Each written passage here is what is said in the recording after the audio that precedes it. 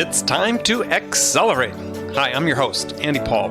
Join me as I host conversations with the leading experts in sales, marketing, sales automation, sales process, leadership, management, training, coaching, any resource that I believe to help you accelerate the growth of your sales, your business, and most importantly, you. Hello, and welcome to Accelerate. I am really looking forward to talking with my guest today. Joining me is Dan McDade. Dan is founder and CEO of PointClear, a BPO company that helps B2B companies with, I'm using all these acronyms here, business process outsourcing company that helps business-to-business companies with complex sales processes drive revenue through lead generation, qualification, and nurturing. And also the author of a book called The Truth About Leads. Dan McDade, welcome to Accelerate. Thank you very much, Andy. Good to be here. Yeah, and as you mentioned, it's surprising this is our first time talking because we have so many first order contacts in common on LinkedIn, as you pointed out. So unbelievable. Yeah. So take a minute, introduce yourself, maybe tell people how you got your start in sales. Well, I spent 10 years in retail. And of course, retail is sales when you're working this floor. Oh, yeah. I spent about 10 years in the direct mail marketing business, a company called Harry and David and Jackson and Perkins out in Medford, Oregon. Yeah. Fruit. And then after fruits and flowers and all kinds of things. And then I spent 6 or 7 years, after doing a couple of years of independent consulting, I spent 6 or 7 years in a company that is really more typical of what I'll call lead generation companies. And I say that because, we provided a service, but I wouldn't say it was necessarily a first-class service. So when I decided to start PointClear, which is almost 20 years ago, hard to believe, what I was focusing on was the quality side of the equation. Obviously, you have to create value for your clients, but you also want to produce good quality opportunities. So we really do three things. We provide highly qualified sales opportunities to our clients. We provide them with an effective market coverage model. We can stay on top of markets and get the most value out of a market. And then we also provide, as almost like a byproduct of what we do, we provide a lot of actionable market intelligence. And so we've been at it for about 20 years, and I think we provide a real high quality service to our clients. Very interesting. So in your book, The Truth About Leads, I guess ask the question, what is the truth about leads? I mean, you say companies are confused, in terms of how they manage leads. I'll answer that question with part of the book. I talk about how much should a lead cost, and at the end of that chapter, I say probably more than you think, but probably a lot less than you're currently spending. And I say that because, just as an example, a client a couple of years ago was spending $23.15 on content aggregator leads. And as it turned out, the actual effective cost per lead was $2,660, which was about 2.5 times what we would have been able to provide with a pure outbound program as opposed to kind of an inbound program. And what was the lifetime value of the contract? The value of the opportunity was pretty high. We're talking about one of the largest software companies in the world, with average deal sizes ranging between $100,000 and $1 million. So the problem was, as you've talked about on previous podcasts with other guests, the problem was that leads were going out to the field. In this case, 6,000 leads were being sent out to the field. And because 98% of the leads were absolutely worthless, none of the leads were followed up. So the 2%, or it's actually 1.8% of the leads that were actually worth following up, were just being ignored. So the problem is that, in a sense, they had an infinite cost because they were spending all this money generating leads that were being sent out to the field and ignored. Interesting. Well, okay, so you've triggered some interesting thoughts there. So there's this, I don't know if it's apocryphal data that's out there or whether it's true, but multiple companies have written about it, saying that 70%, 72%, I guess the inside sales number is 72% of sales leads are never followed up. And your fundamental point would be is that, well, that's because most of them are garbage.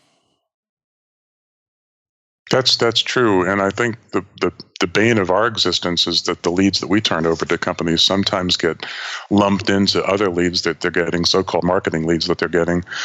And we, if you follow Serious Decisions at all, we like the concept of the demand waterfall, and it starts with a marketing qualified lead, then a sales accepted lead, then a sales qualified lead. Mm-hmm. We feel like there's very little reason why our leads should not be 100% sales qualified when they land in the inbox of one of the sales reps.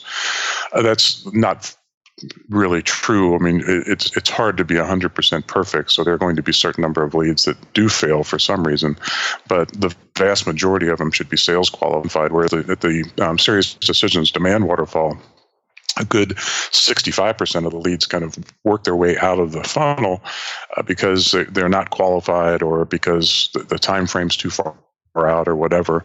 And then the problem there is that the opportunities that are just not short term are basically forgotten, and they're not nurtured to the point where they could be recycled back to the sales force in a reasonable period of time. So kind of a double whammy that you find companies spending a lot of money on relatively inexpensive so-called leads that go to the sales force and don't get followed up. And then the ones that do get followed up and are too far out, so just as an example, they're basically ignored. They don't go back into a nurturing function any place in the company because really marketing is not set up to nurturing and sales doesn't like to nurture. So there's a real problem there. Right. And marketing only nurtures to the point where they hand it off as a sales accepted lead, right?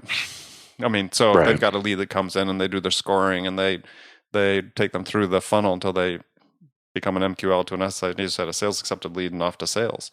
So what's the solution to that? Besides, I mean, I know using your company helps in that, but for most organizations is what's the answer to nurturing the leads where the time frame is not quite right?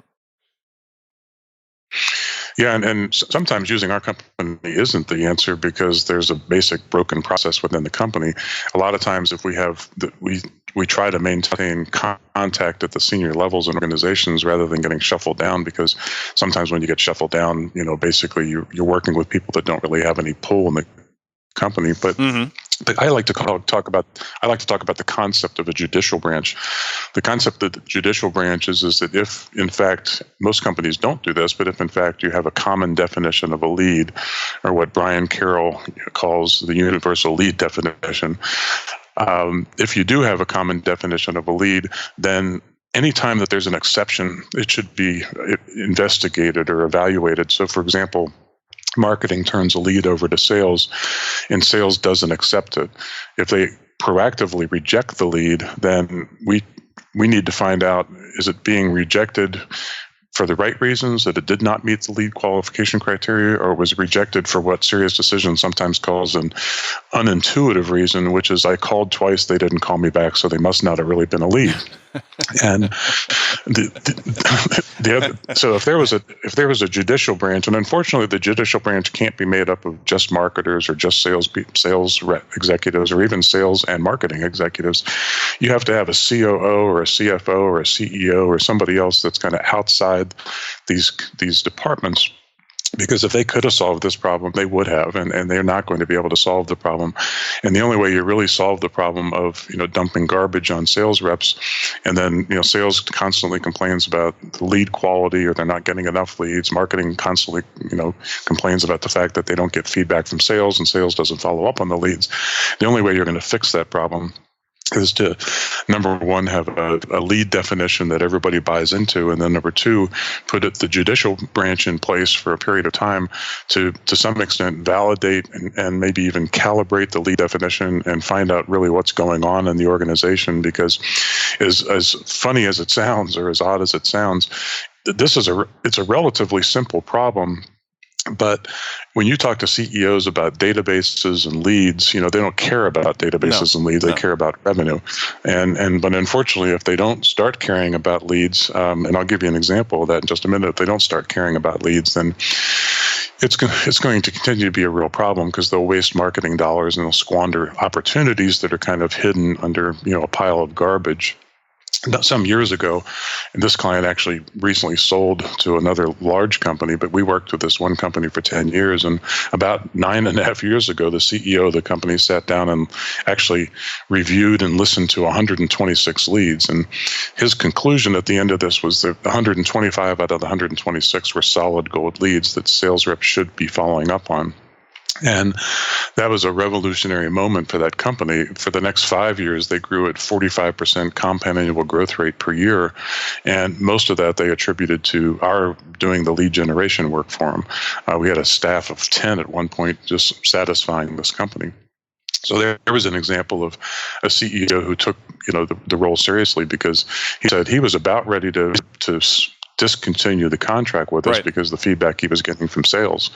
And had he not done the work that he did, we would have been out and he would have not grown 45% per year compound annual growth rate for the next 5 years. Right. So some of that response you're getting from sales just sort of ingrained sales skepticism of, I'll use the category marketing generated lead. They perceive this as a marketing generated lead. And hey, we all know, in their minds, they're saying, hey, we all know those are never good leads, so we're just not going to follow up. Right. I think the other thing is, which is there's actually a blog on our website that's a 9-part series, but it has 7 truths what CEOs need to know about sales and marketing to make them tick. And one of the things that we have found is that sales executives, for the most part, don't really know how to follow up on a lead. A lot of times, in fact, we had one where we happened to be doing a warm transfer of a lead to a sales rep up in Pennsylvania, and his opening statement to the prospect was, "I understand from some telemarketing company we use in Atlanta that you're interested in buying something. What is it?" so, and as outlandish as that sounds, unfortunately, it happens more often than not.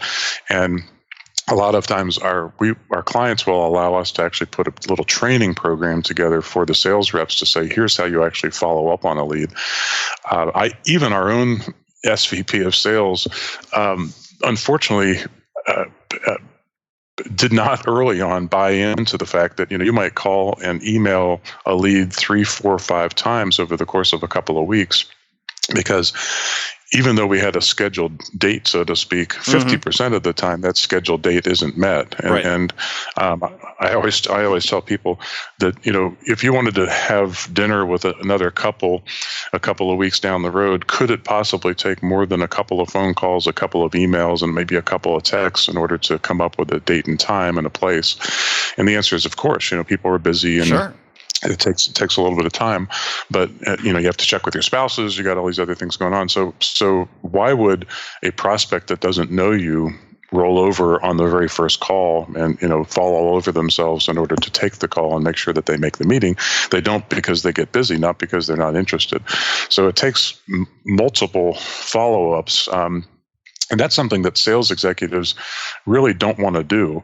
Unfortunately, they have to do it. And if you have a decent lead, and in our case, with the exception of the state of California, we provide digital audio files to substantiate the leads just from a quality standpoint. If you listen to the call and if you follow up appropriately, then you're going to get a much higher at-bat percentage than if you call twice, they don't call you back, and then basically you assume that the lead was no good. Well, so let me go back to a question I'd asked before then, is why does lead follow-up still seem to be this universal problem? Because, especially in the case, let's say a company uses your services. I mean, gosh, the fastest, easiest ways to go out and capture new business is to follow up on these leads that are given. And even companies that, still have to do some initial qualification screening of leads, it's still, to my experience, it still has been the fastest path to growing sales is to follow up on good quality leads. But even with good quality leads, reps have this reticence about doing it. I've had I've been on some LinkedIn discussion boards where I've had, listened to senior salespeople say, the only good lead is one I develop myself. And it's like, okay, why does that still persist, do you think? I think it has to do with the mentality or the skill set of the sales rep. I always talk about their hunters, beaters, and farmers. And unfortunately, there are way more farmers than there are hunters.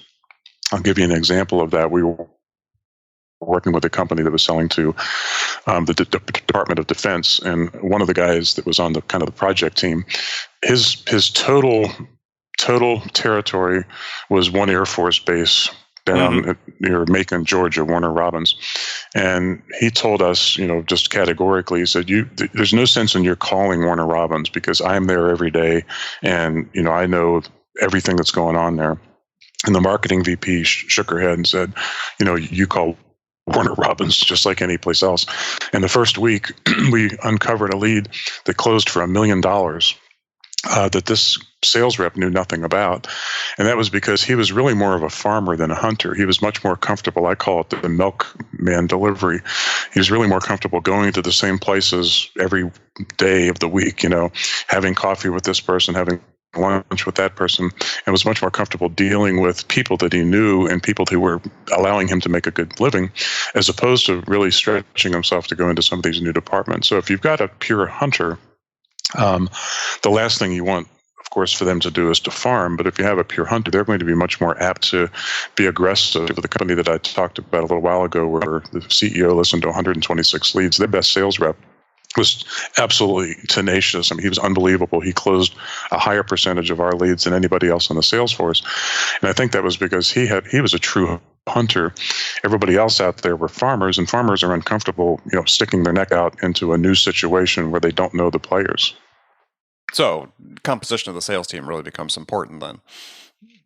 Right. Yeah. Well, I think that's a sort of a common theme, and yeah, whether we call them hunters or farmers is what I find is that too few companies still in their hiring do the assessments and the deep dives they need to do to really make sure that people's skills and abilities align with the job they need to have done. One of which is a key one oftentimes is following up with leads. Yeah, another good example of that is we actually do an assessment, and we have an assessment for individual contributors who, what we call our inside sales executives, inside sales reps, and that compares to another assessment we do for closers, people who are responsible for closing business. And what we find is that a lot of companies are making a mistake by taking people that they want to eventually put out in the field as a sales executive and having them train as an inside sales rep. And the mentality and the skill set of these two positions is so different that in the end, if you have somebody that's successful at and willing to do inside sales, they're probably the last person you want to deploy as a hunter. And anybody that's a true hunter, they're not going to last long in an inside sales position.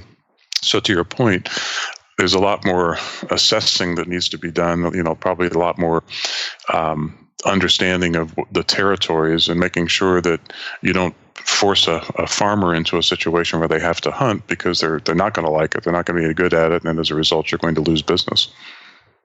But we're seeing I think one of the conundrums, I was just interviewing another guest about this earlier this morning, about sort of one of the conundrums that exist in this sort of increased world of specialized sales roles within an organization, whether it's, you got your sales development reps, you got your account execs, how do you transition people from one role to another? How do you give people a career path that makes sense, that gives them something to shoot for? Because otherwise, oftentimes those inside sales roles tend to turn over so quickly.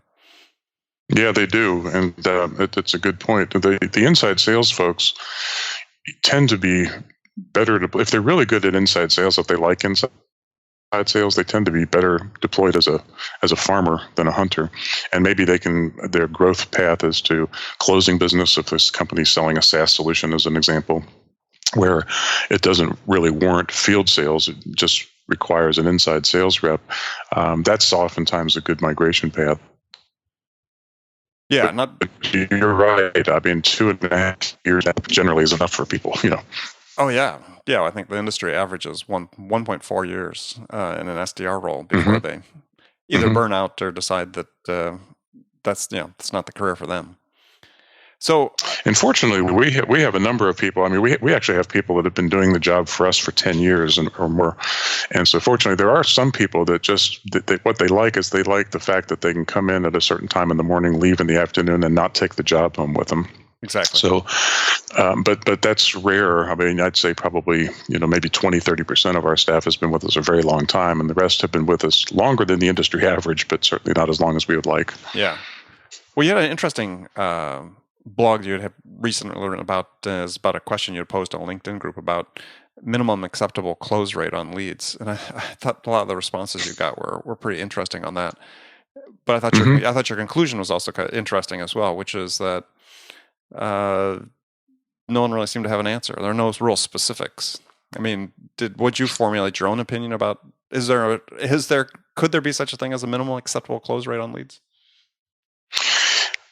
I think you can calculate it, because basically it's a break-even point analysis. So I think you can calculate that, and it's a lot lower than what most companies use.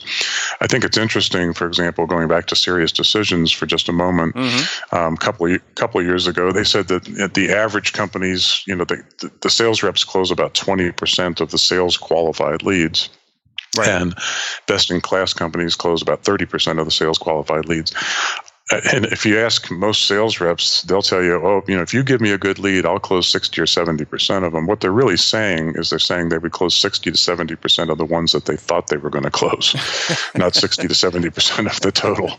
So we've seen close rates as low as 4 to 6%, and the client made a lot of money at a close rate of 4 to 6%.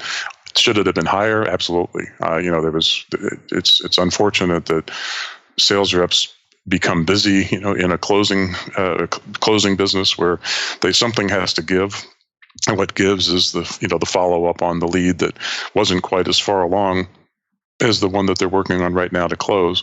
But you can do a break-even point analysis, and you'll find that for any kind of reasonable, $15,000 monthly recurring revenue for a SaaS solution, or $50,000 to $100,000. The close rates can be pretty low, especially in a situation where you've got software involved with large margins or big margins. So, but should it be? So, I mean, I was at the SaaStr conference earlier this year, and they're talking about industry average close rates, low 20s, 22, 23% on qualified opportunities, not on leads, on qualified opportunities. Right. That seemed low. I mean, it seemed like, hey, that's a model where what we're doing is we're just throwing a lot of stuff up, and we're scaling as quickly as we can, and we're not optimizing our process, and we'll take 23 as long as the growth, the top line growth is still good. Mm-hmm. There's a lot of reasons. I mean, what you hear most of the time is reasons for the close rate being low is no decision. People are very risk adverse. They started being much more risk adverse in 2008, and I think they're still very cautious with how they spend their money. So I think what you'd find is probably at least half of that difference is going to be no decision.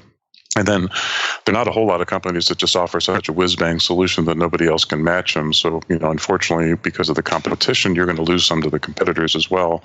To me, that Serious Decision 30% close rate to me does seem kind of optimized as opposed to and I believe that the average companies are probably 20% or less. Okay. Yeah, that's something to think about. I mean, it's spending time talking to companies and people about this, because 30 maybe sounds a little more reasonable. The 22 seemed like, gosh, we're probably spending a lot of time with people that are unqualified prospects. Mm-hmm. Now, you talk about in your business, and you advocate for this multi-touch, multimedia, multi-cycle strategy for lead gen and follow-up. So, maybe tell us what that is, and because one of the words we're hearing a lot these days, obviously, is cadence. Sales technology, enabling people to put together automated cadences and so on. Is this different from a cadence, or it's just your own verbiage for it? I think that it's a little bit of both, probably. There's something approaching 2,000 sales and marketing enablement solutions out there right now. I know, up from 200 in the last 3 years, I believe. Exactly, and unfortunately, the red hot thing right now is account-based marketing. I'm sure you've heard a lot about it and read a lot about it.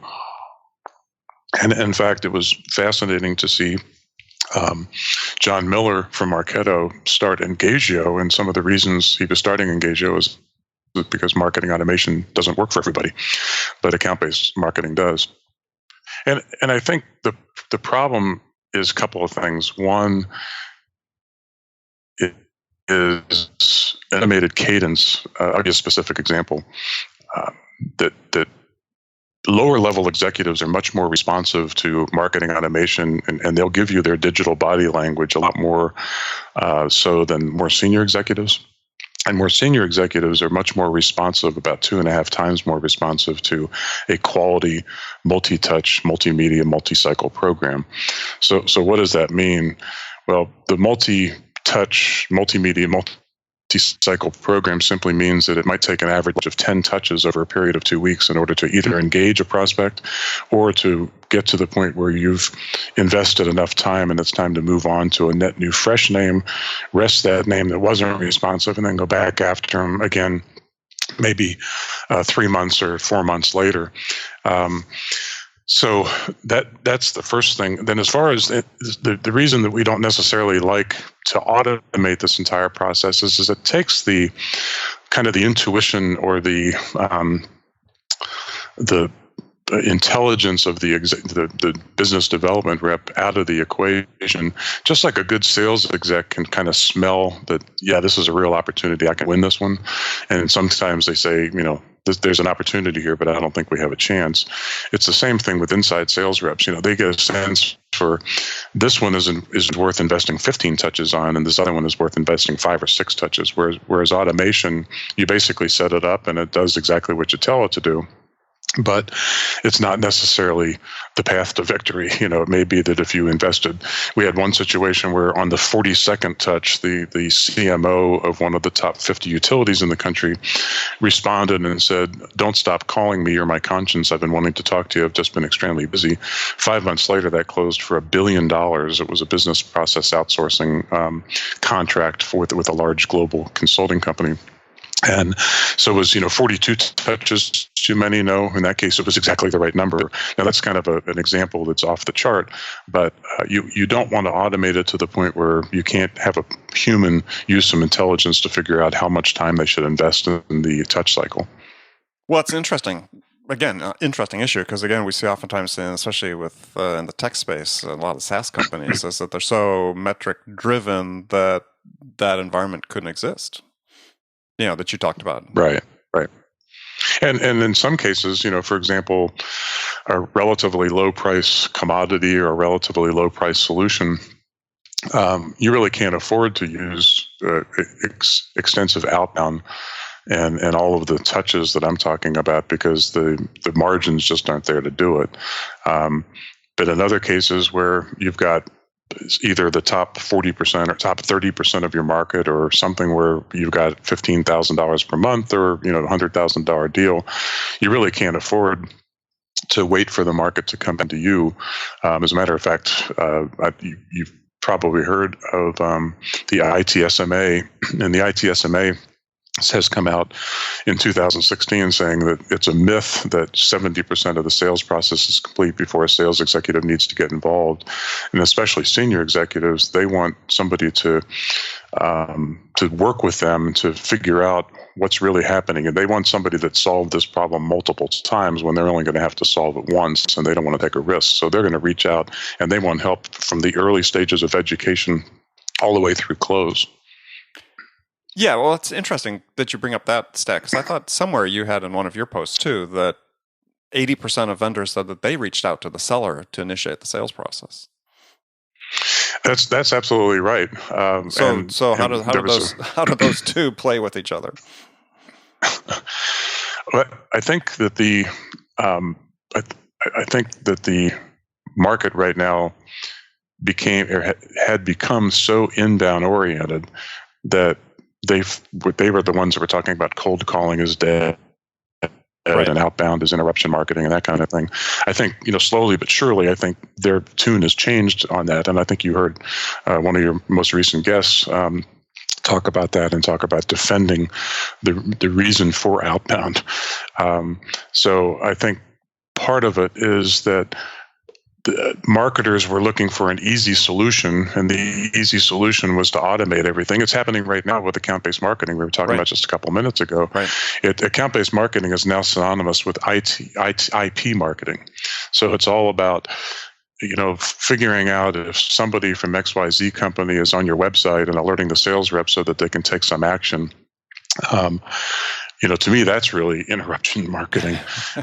That's not really what I would call good marketing. And for the most part, unless they have cookies on their computer, or that you have another way of identifying them individually, all you know is that some big XYZ company has somebody on your site. That's not a lot of help.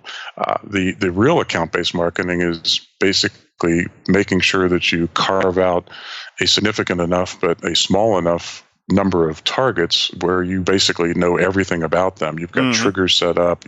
You've profiled them. You really understand the marketplace and the individuals that you're most interested in selling to in that market. And I'll give you just a quick example of how that's not working. We have a client that we've worked with now for over 10 years, and they've had some turnover in marketing. And one of their targets is 300 companies with a very, very specific title. And I won't tell you the details about this because I don't want to create a problem for them. But instead of picking up the phone and calling these 300 people, because it's literally 300 people and it's very, very targeted, very, very targeted market.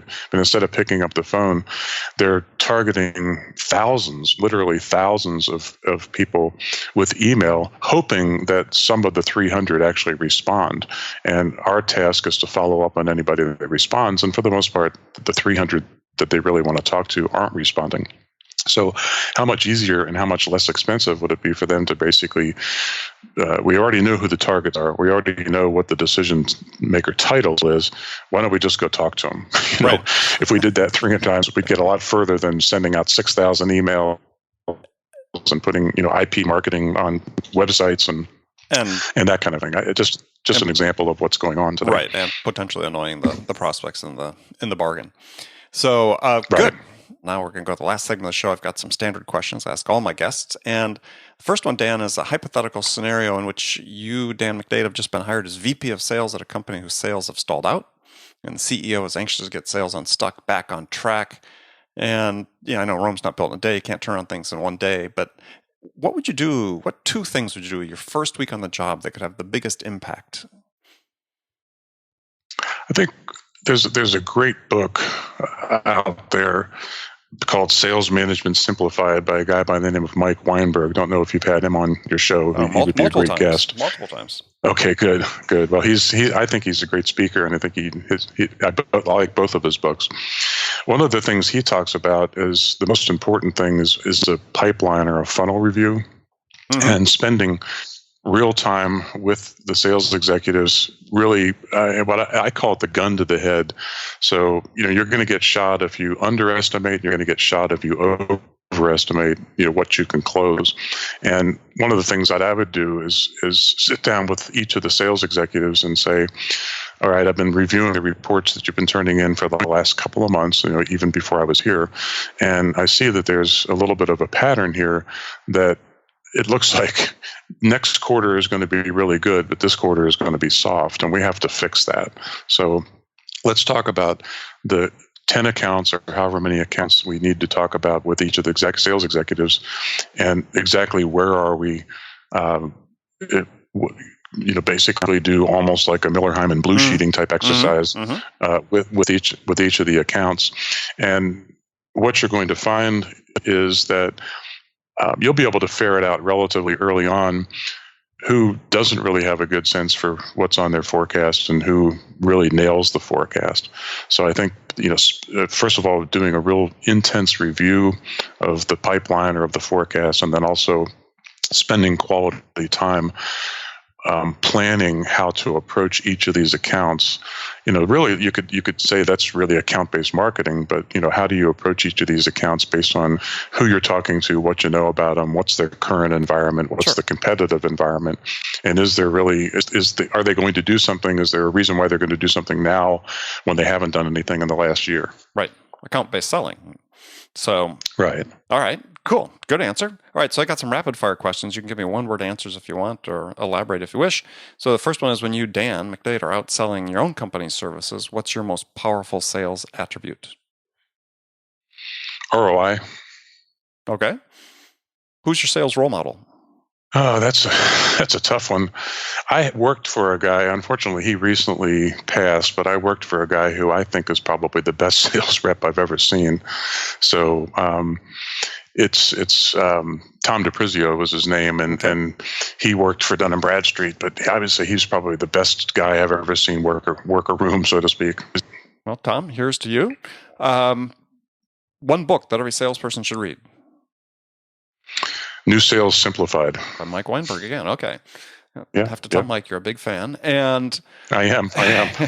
And last question is, what music's on your playlist these days? I saw Jersey Boys about 6 months ago, and we've just now gotten to the point where we don't want to listen to it every night. So Frankie Valli and the Four Seasons. All right. I love that. Yeah. All right. Good stuff. Well, Dan, thanks for joining me. Tell people how they can find out more about you. Visit PointClear.com. There you can find our blog. The book, The Truth About Leads, is on Amazon, and you can get it as a podcast, or you can actually get the hard copy book. And if you want, you can always email me, dan.mcdade@pointclear.com. Excellent. Excellent. Well, thank you very much. And remember, friends, make it a part of your day every day to deliberately learn something new to help you accelerate your success. And easy way to do that is to make this podcast, Accelerate, part of your daily routine, whether you listen in your commute, in the gym, or make it part of your morning sales meeting. That way you won't miss any of my conversations with top business experts like my guest today, Dan McDade, who shared his expertise about how to accelerate the growth of your business. So thanks for joining me. Until next time, this is Andy Paul. Good selling, everyone. Thanks for listening to the show. If you like what you heard and want to make sure you don't miss any upcoming episodes, please subscribe to this podcast on iTunes or Stitcher.com. For more information about today's guest, visit my website at andypaul.com.